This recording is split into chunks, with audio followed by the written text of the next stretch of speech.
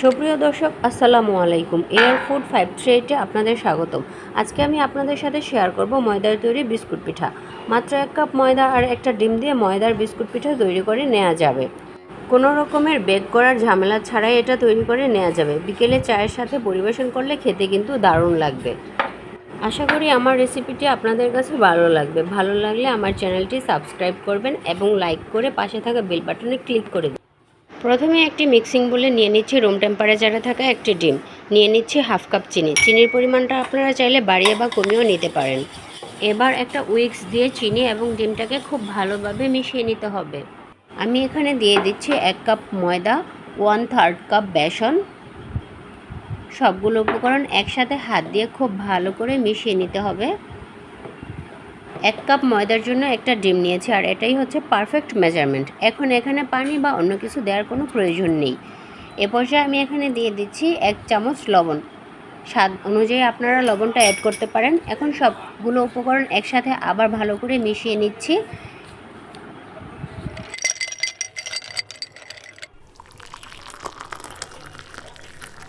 দেখতেই পাচ্ছেন খুব স্টিকি একটা ডো তৈরি হয়ে গেছে।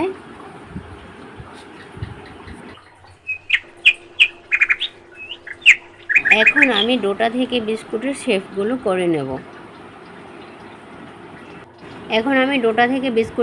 তৈরি করে নেব। প্রথমে আমি গোল করে নিয়েছি, তারপরে একটু চ্যাপ্টা করে একটা চামচের সাহায্যে একটু ডিজাইন করে নিয়েছি। এভাবে এক এক করে আমি সবগুলো বিস্কুটের শেপ তৈরি করে নিয়েছি। আর উপর থেকে আমি একটু তেল ছিটিয়ে দিয়েছি, কারণ এই ডোটা খুবই স্টিকি ছিল, সেজন্য আমি একটু তেল ছিটিয়ে দিয়েছি যেন একটার সাথে আরেকটা লেগে না যায়।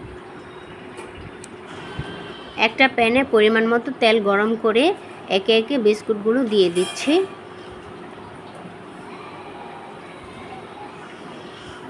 আমার সবগুলো বিস্কুট দেওয়া হয়ে গেছে। চুলার হিটটা মিডিয়ামে রেখে বিস্কুটগুলোকে ভাজতে হবে। অতিরিক্ত হিটে বিস্কুটগুলো ভাজা যাবে না। একটা পাশ থেকে 2 মিনিটের মতো ভাজার পর আমি অন্য পাশটা উল্টে দিচ্ছি।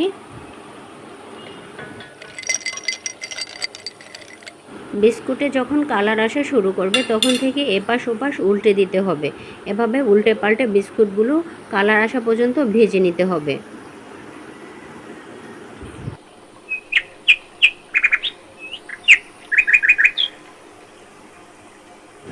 এভাবে উল্টে পাল্টে বিস্কুটগুলো ভেজে নিচ্ছি যেন উভয় পাশ ক্রিস্পি হয়। আমার বিস্কুটে কিন্তু কালার চলে এসেছে। এখন আমি বিস্কুটগুলো উঠিয়ে নেব। এখন একটা ছাঁকনির সাহায্যে আমি এগুলো উঠিয়ে নিচ্ছি। বাস খুব সহজেই তৈরি হয়ে গেল টি টাইম বিস্কিট। চা তৈরি হওয়ার আগে আগেই বিস্কুটগুলো তৈরি হয়ে যাবে। বিকেলে কিন্তু চায়ের সাথে খেলে মন্দ হবে না। যদি আমার রেসিপিটি ভালো লাগে তাহলে লাইক দিবেন, শেয়ার করবেন এবং কমেন্ট করে জানাবেন। আজ এ পর্যন্তই। এতক্ষণ ভিডিও দেখার জন্য ধন্যবাদ। আল্লাহ হাফেজ।